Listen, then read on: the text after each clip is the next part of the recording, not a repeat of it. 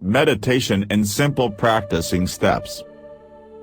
Meditation is a practice where an individual uses a technique, such as mindfulness, or focusing the mind on a particular object, thought, or activity, to train attention and awareness, and achieve a mentally clear and emotionally calm and stable state.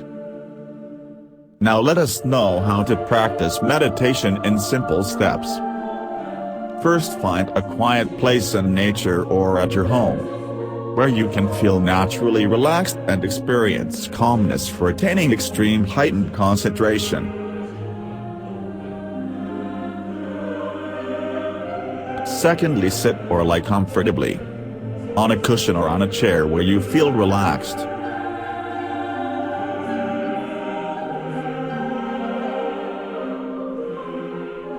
Now slowly close your eyes and do not concentrate on your thoughts.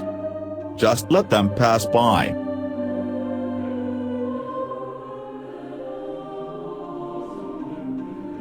Now, without making any effort to control your breath naturally.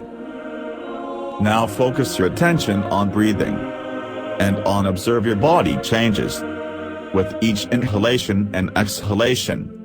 Finally, repeat this practice daily at a fixed time.